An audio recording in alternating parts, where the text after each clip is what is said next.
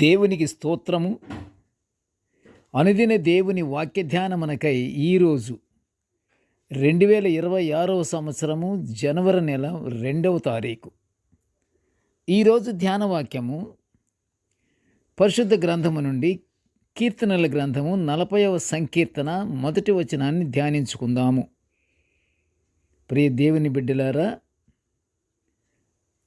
నేడు కొత్త సంవత్సరంలో 2వ రోజు కూడా ప్రవేశించింది.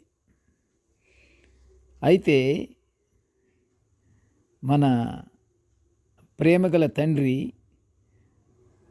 మనలను నిత్యము మంచి ప్రేమతో మనల్ని కాపాడుచు మనకి కావలసినటువంటి సహాయము మనకు అనుగ్రహిస్తాడు దేవుడు. కనుక ప్రియ దేవుని బిడ్డలారా, నేటి ధ్యాన వాక్యాన్ని మనము చదువుకొని మనము శుద్ధ హృదయముతో ధ్యానించుకుందాము. ధ్యాన వాక్యాన్ని చదువుకుందాము ఒకసారి. కీర్తనల గ్రంథము 40వ సంకీర్తన మొదటి వచనము. యెహోవా కొరకు నేను సహనముతో కనిపెట్టుకుంటుని, ఆయన నాకు చెవియొగ్గి నా మొర ఆలకించను. ప్రియ దేవుని బిడ్డలారా, ప్రభువు ప్రశస్త నామములో మీ అందరికీ శుభములు దీవెనలు కలుగునుగాక. కొత్త సంవత్సరం అంతయు దీవెనలతోనూ శుభాలతోనూ మనల్ని దేవుడు నడిపిస్తాడు. మనము నిత్య ప్రార్థనలతో దేవుని మహిమపరచుదాము. ఈరోజు ధ్యాన వాక్యము యెహోవా కొరకు కనిపెట్టుకొని ఉండుటను గూర్చి మనము ధ్యానించుకుంటున్నాము. మన అవసరాల కొరకు మనము దేవుని ఎంతో కాలంగా ప్రార్థిస్తుంటాము కూడా. అంతేకాదు, ఎంతో కాలం నిరీక్షణతో కూడా ఎదురు చూస్తూ ఉంటాము. అవును కదా ప్రియ దేవుని బిడ్డలారా? మన నిరీక్షణకు వెంటనే దేవుని నుండి సహాయము పొందుకోలేకపోతున్నాము అని అసంతృప్తి కూడా పడుతుండవచ్చు మనము చాలామంది. అయితే ప్రియ దేవుని బిడ్డలారా, మత్తయి సువార్త 5వ అధ్యాయము 4వ వచనములో మనం చూస్తే, దుఃఖపడువారు ధన్యులు, వారు ఓదార్చబడుదురు అని వ్రాయబడి ఉంది కదా. మన ప్రార్థన, మన నిరీక్షణ అన్నీ ఆయన సన్నిధిలో సమకూర్చబడే ఉంటాయి. ఆయన దృష్టిలో మన యాచనలన్నీ ఉంటాయి. ప్రియ దేవుని బిడ్డలారా, నిరాశ పడకూడదు, నిరాశ పడకండి. మనము ఎదురు చూస్తుండాలి. ఆయన కొరకు మనము కనిపెట్టుకుని ఉండాలి. నిన్ననే మనం అందరము వాచ్ నైట్ సర్వీసులో మనం పాలు పంపులు పుచ్చుకొని ఉండొచ్చు కదా మనం అందరము. అది కనిపెట్టు ఆరాధన. మొదటి సంవత్సరము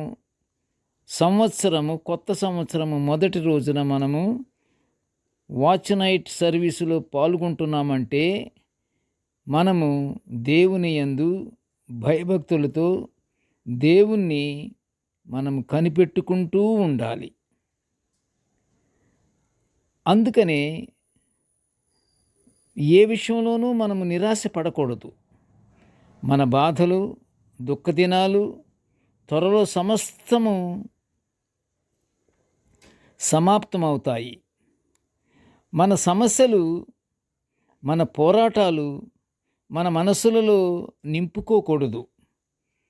ప్రార్థన చేయాలి, ప్రార్థన నింపుకోవాలి. మన సమస్యల్ని, మన పోరాటాలు ఇవన్నీ మనసులో మనము పెట్టుకోకూడదు. దేవుని వాగ్దానాలతోనూ సహనముతోనూ మన హృదయాలను, మన మనసులను నింపుకొని దేవుని మీద భారం వేసి నమ్మకంతో గొప్ప ఆశతో ఎదురు చూస్తూ ఉండాలి. ప్రియ దేవుని బిడ్డలారా, అప్పుడు ఆయన మనల్ని ఎన్నటికీ మరువడు, విడిచిపెట్టడు. దేవుడు మానవునిలో సహనాన్ని, ఓర్పుని, వినయాన్ని చూస్తాడు. ప్రియ దేవుని బిడ్డలారా, చక్కగా వింటున్నారు కదా. దేవుడు మానవునిలో ఏం చూస్తాడట? సహనాన్ని, ఓర్పుని, వినయాన్ని. ఇవి మనము మనసులో ఉంచుకోవాలి. ఇవన్నీ కలిగి ఉండి మనము ప్రభువు కొరకు కనిపెట్టుకునే ఉండాలి. యెహోవా కొరకు ఎదురు చూచువారు నూతన బలము పొందుతారని యెషయా గ్రంథము 40వ అధ్యాయం 31లో విశదీకరించి వ్రాయబడి ఉన్నది. దేవునికి నిత్యము మనము హృదయపూర్వకంగా మొరపెట్టుకుంటున్నట్లయితే తప్పకుండా దేవుడు మనలను కరుణించి మనకు సహాయం చేస్తాడు. నమ్మిక మాత్రం ఉంచండి అని ప్రభువారే సెలవిస్తున్నారు కదా. నమ్మిక మాత్రం ఉంచండి అంటున్నాడు ప్రభువారు. కనుక ప్రియ దేవుని బిడ్డలారా, మనము నిత్యము నమ్మకంతో, విశ్వాసముతో, నిరీక్షణ కలిగి ఎదురు చూస్తూ, ప్రార్థన యందు పట్టుదల కలిగి ఎడతెగక మనం చేస్తూ ఉంటే తప్పకుండా దేవుడు మనల్ని కనికరిస్తాడు, మనకు సహాయం అనుగ్రహిస్తాడు. ప్రార్థన చేసుకుందాము. ప్రేమగల తండ్రి, నీకు స్తోత్రములు నాయన. కృపగల తండ్రి, నీ దివ్యమైన వాక్యాలను మేము నిత్యము ఇలా ధ్యానించుకునే ఈ గొప్ప భాగ్యాన్ని మాకు అనుగ్రహించినందుకు నీకు ఘనమైన స్తోత్రములు నాయన. కృపగల తండ్రి యేసయ్యా, నేటి ధ్యాన వాక్యాన్ని చదువుకున్నాము, ఆ వాక్య ప్రకారంగా మేము ధ్యానించుకుంటున్నాము కాబట్టి తండ్రి, మా ధ్యానాన్ని తండ్రి వినుచున్న ప్రతి బిడ్డను నువ్వు ఆశీర్వదించు తండ్రి. నీకు స్తోత్రములు నాయన.